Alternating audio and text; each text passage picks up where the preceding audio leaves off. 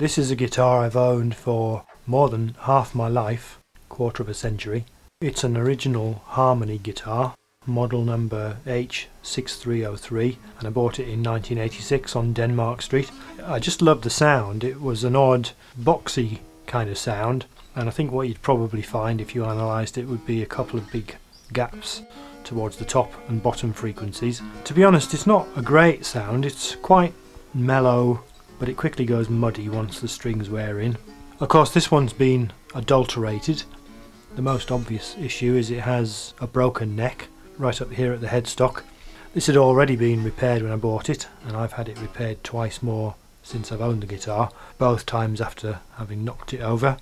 The original machine heads have been replaced, but I think most significantly the bridge has been modified. This guitar originally had a classical style bridge, but it's been modified to take pins, which is a bit tragic because it meant drilling holes through this lovely old spruce soundboard.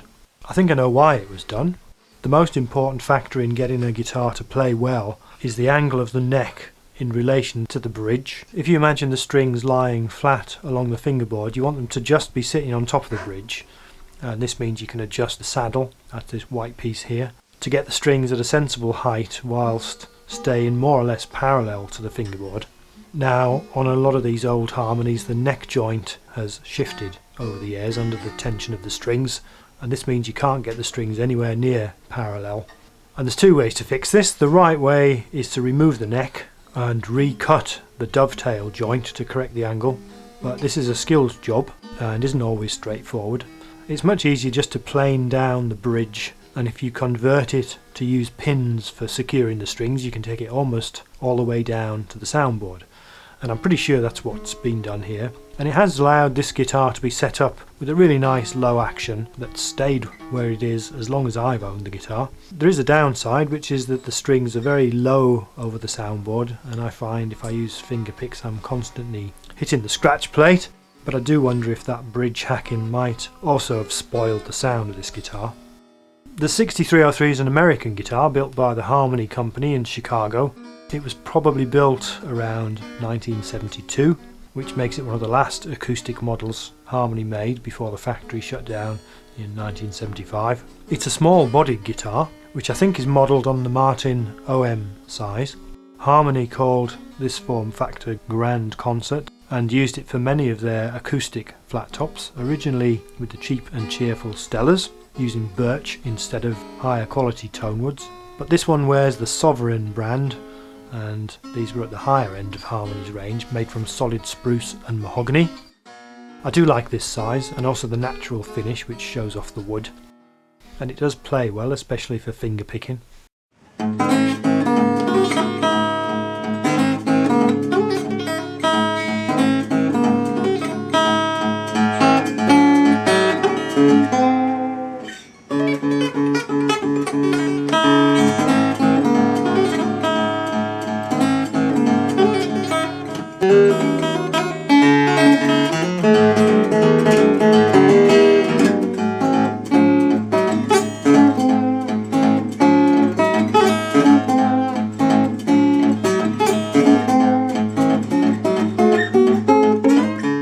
Back in 1986, of course, guitar shopping was something you did on foot, but a few years ago I discovered eBay, and it wasn't long before I turned up this guitar, which might look kind of familiar.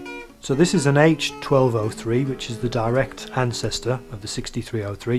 The 1203, with this body shape at least, was sold between 1956 and 1972. This one doesn't have a scratch plate, which puts it towards the earlier end of that range, so it's about as old as I am, and it might even be from the 1950s. Of course, when we talk about age, we need to remember that the raw materials for this guitar were old long before anyone put them together to make an instrument. The soundboard of a guitar is a vertical slice through a tree, a spruce tree in this case, cut from one of the flat faces of a quarter sawn trunk. In fact, it's usually two adjacent slices laid side by side to give a book-matched grain pattern.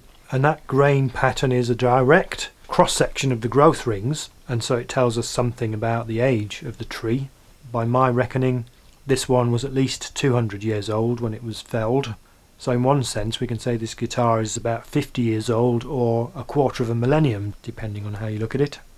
One of the nice things about wooden construction is that every guitar is unique, and even among Harmonies of the same model there's a lot of variation in appearance. The soundboards of this 1203 and my 6303 are both made from close-grained spruce, but aesthetically they're quite different. The grain pattern's much more prominent on this one, which I quite like. In fact, this almost looks like cedar, although I haven't seen any records of Harmony using cedar in the Sovereign guitars. There's also another difference, which is that the two-part construction of the soundboard is easily noticeable. On this guitar you can clearly see here that the top side appears darker.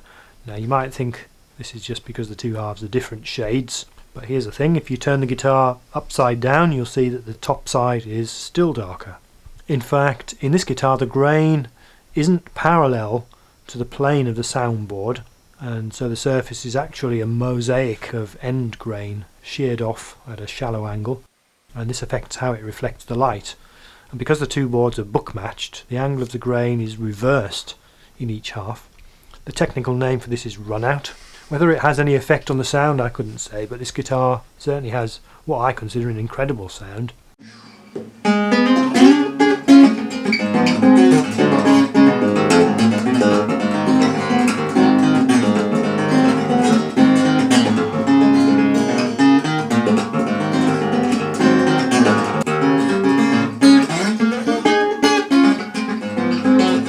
I don't know why this guitar sounds so different to the 6303. As far as I can tell, they have almost identical construction. I can only see two differences. One is the 6303 doesn't have this insert at the end block, but also the neck is quite a lot slimmer, 15mm rather than this one's 20mm, which feels a bit nicer, but I do wonder if it affects the solidity and perhaps the sustain of the guitar. The neck is mahogany in each case, as are the back and sides, but Harmony also used mahogany for the soundboard in another of its grand concert guitars, the H165, and I have one here. Again, it appears structurally identical to the 1203, except for the choice of materials. This model didn't have an adjustable truss rod before 1968, and in 1970 or 71 they started to add a painted rosette around the sound hole. So this one probably dates to 1968 or 1969, and it's the classic 165 for me, unadorned and almost looks like it's been made in one piece. Mahogany is a tropical hardwood, which means the soundboard has a very different appearance to spruce. The wood is still quarter sawn, but the grain pattern's very different, with little evidence of seasonal growth rings. In fact, this one's quite unusual. A typical mahogany guitar has a stripy or ribbon figured appearance, but this one's kind of marbled on the front. You might think these dark veins are cracks from a distance, but they're just part of the pattern. The back's unusual as well. It has more of an open, curved figure. This either means it's made from slab sawn wood, or it's quarter sawn but from an upper part of the trunk where it branched.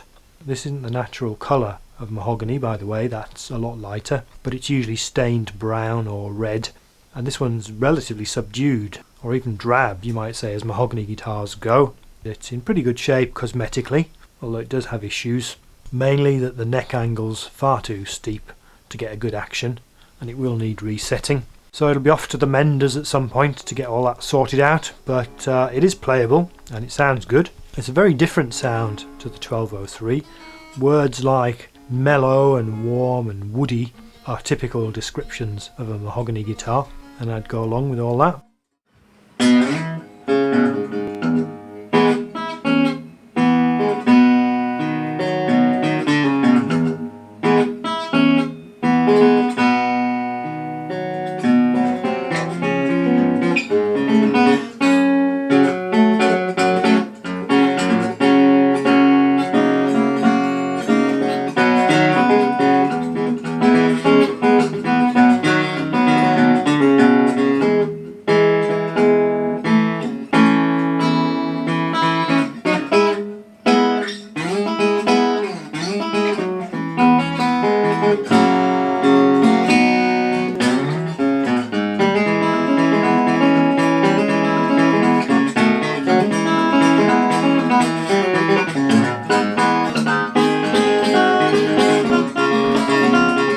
a really nice sound, and I'm looking forward to getting this one sorted out so it's easier to play. And just by way of comparison, here's another one. Now this is another good example of how two guitars of the same model can look quite different. You'll immediately see that this one's more red than brown, and the finish is kind of translucent. You probably notice that the scratch plate and the bridge are also different colours. This guitar isn't in such good shape. This was another eBay attic rescue, which I got cheap and I've recently had fixed up. The neck angle's just about okay, and it has been made playable. This dot here on the bridge is where it's had a thing called a bridge doctor fitted. This is basically a simple lever system that's bolted on. There's a post that sticks downwards underneath the bridge, and then a dowel pushes it away from the end block, and that applies a twisting force to the bridge, countering the string tension, and it's really flattened out the soundboard behind the bridge here. The thing we can't really fix is this big ripple across the soundboard. Maybe it's had some loose braces at some point. I have heard that if the guitar gets really hot, like if you leave it near a radiator or in your car on a hot day, the glue can soften and the braces can move, so that may be a factor. Harmony guitars are well known for using a simple bracing system, ladder bracing it's called, and it's basically just a series of rungs running perpendicular to the strings. This was likely cheaper to do than the more elaborate X bracing, and it may be that it makes the soundboards less robust, but the problem here is mostly cosmetic, and this one still plays nicely.